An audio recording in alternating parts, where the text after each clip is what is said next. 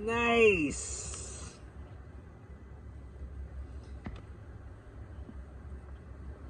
Yes. Welcome to Hand Hit Your Count to Grandma Dan Bounds. My name is Nicholas, back in true form, doing one of my favorite activities on another week on Earth. And to say please, I will recommend. I'm thinking to myself, what's one thing available to do? And it's to do these videos, which I love to present. So I sat out here. It's how many? It's 28 degrees. It's what, March 7th already. So I got.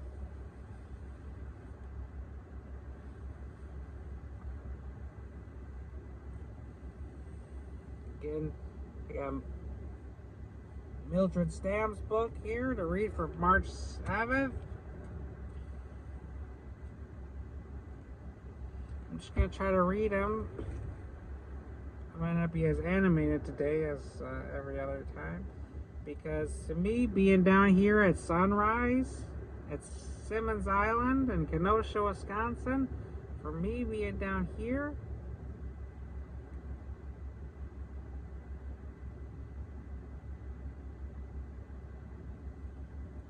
one of my favorite activities to watch the waves of our beloved Lake Michigan. So first, I'll read from Mildred Stamm's book. After that,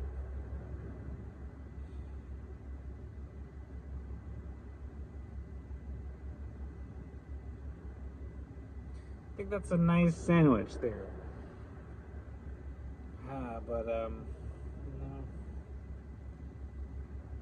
Yeah, maybe I'll save that for another video. So I'll do another video about a poem from Margareta Erez Carr's book. And I also have a Mildred Stamm passage, but also to read Diana Cooper's Golden Future cards. I kind of permeated this idea. I've been reading Mildred Stamm over the past year, okay, to try to revamp my channel and bring a word of encouragement, rather, if not encouragement, to myself and others, that it would be, could be viewed as a historical artifact, a book written in 1967. But this book by Margareta Erez Carr, 1915.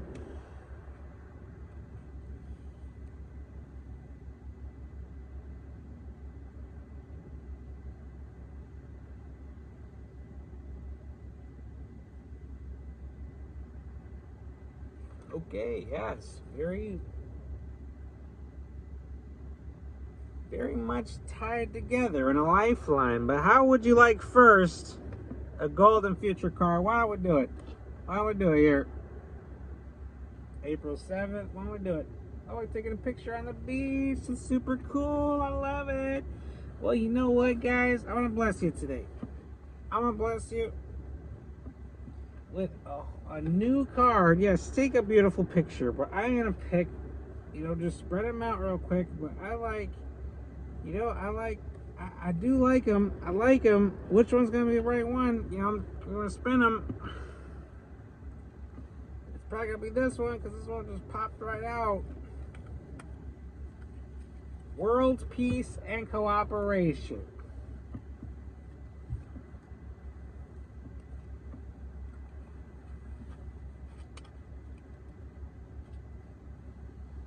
$42.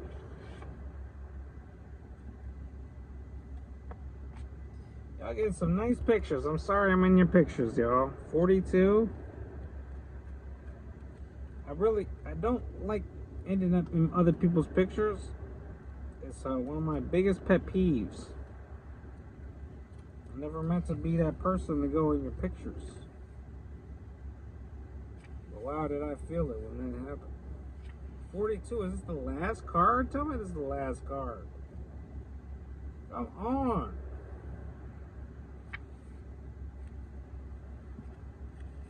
I hate it. Hate it. I hate picture culture. Ugh. No, I don't like to see it. World peace and cooperation. Choose harmlessness and teamwork soon after 2032. When we move into the new golden age, the entire world will be at peace for the first time in aeons. Then all countries will start to cooperate and support one another for the highest good of all. From the instant that there is world peace and international cooperation, our fifth dimensional planet will earn the right to draw plenty, prosperity, and incredible knowledge from the universe. This includes the spiritual technology to grow an abundance of nourishing food for everyone and discover currently inconceivable ways of harnessing free and harmless power. Harnessing harmless power. It will enable new forms of communication, travel, and healing to be revealed, as well as many other wonderful ways of making our lives easier and happier. Peace, cooperation, and interdependence are keys that will access unimaginable bounty from the universe. Yes, when you truly live your life in fifth dimensional peace, love, and cooperation, you will automatically draw beautiful abundance from the universe.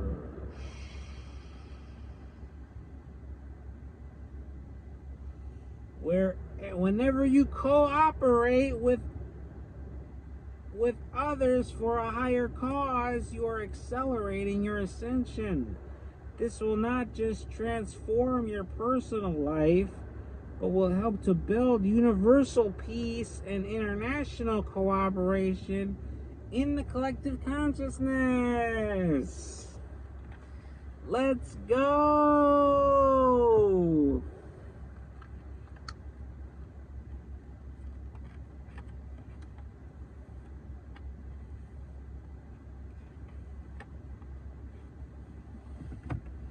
Alright, as always, I read Mildred Stamm without commentary, whether you take it as personal inspiration or as a historical artifact. Again, this was written in 1967, Zondervan Publishing. I had her other book, Be Still and Know, but I guess I'm still working with this one because I lost that book. I thought I brought it in the car one day, and I just haven't seen it since, you know. But it is only April 7th, so here I'll read.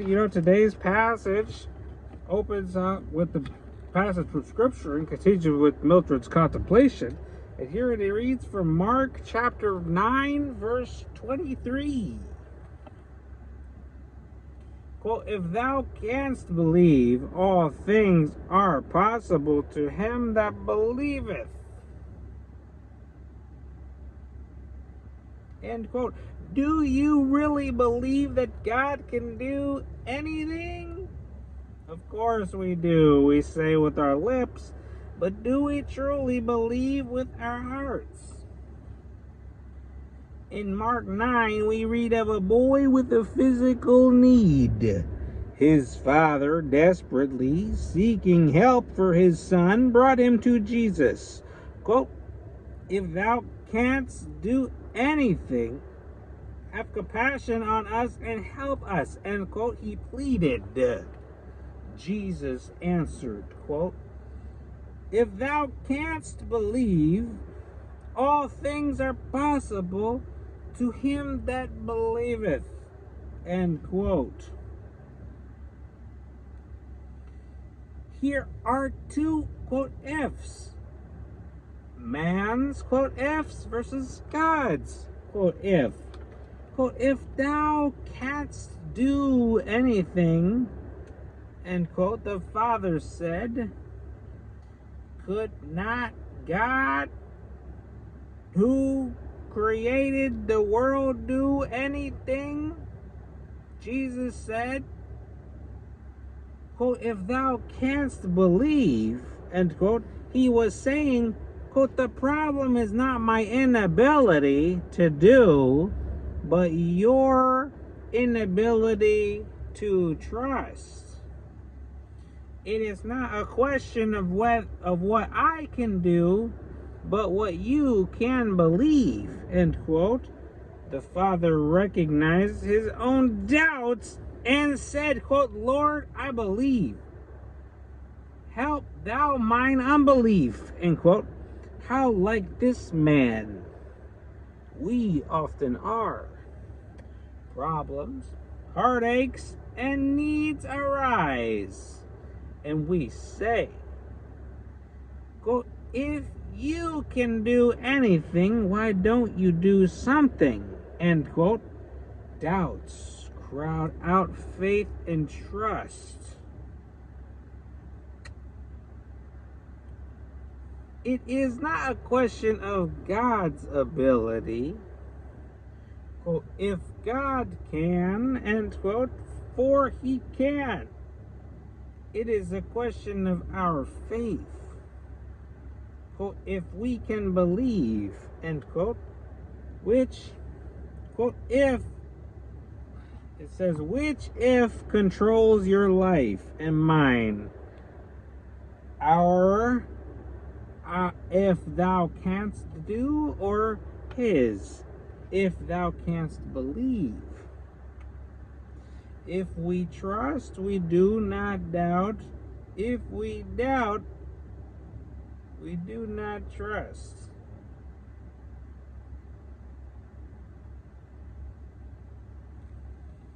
It's pretty deep. Thank you, Sister Mildred. I take a moment of gratitude. And I send any loving vibrations your way as well.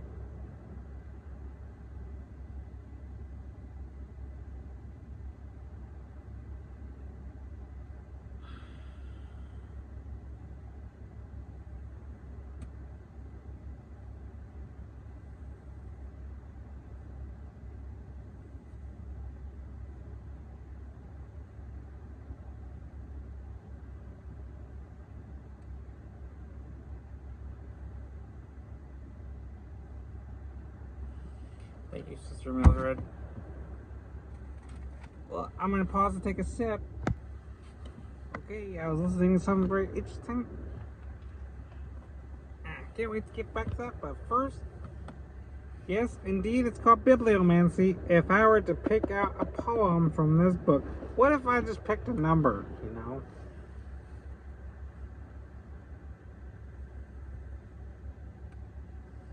Yeah, what if I read like number...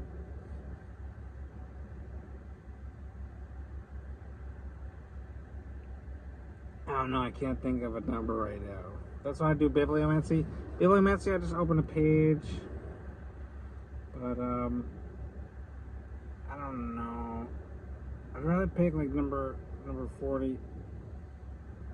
Like number 92. You know, I was gonna say 91, but then I said 92. I wonder where that would be. Poem 92, which one might that be?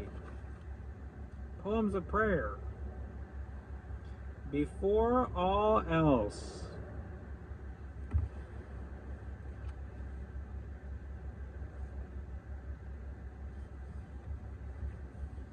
Let's read it.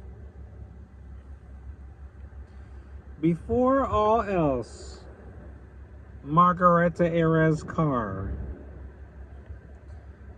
Before all else, give truth, O Lord, as in the hidings of thy word. Illume its scroll of power divine, with light that all in thee doth shine. So shall the life ere more be heard in harmonies of key and chord, in strings that voice the full accord of orchestration such as thine before all else. Even so as sweet as new pressed wine, its sorrowed keys shall be in line. In lightest touch, as softly stirred to melody of earth unheard. If heard within the inner shrine, before all else.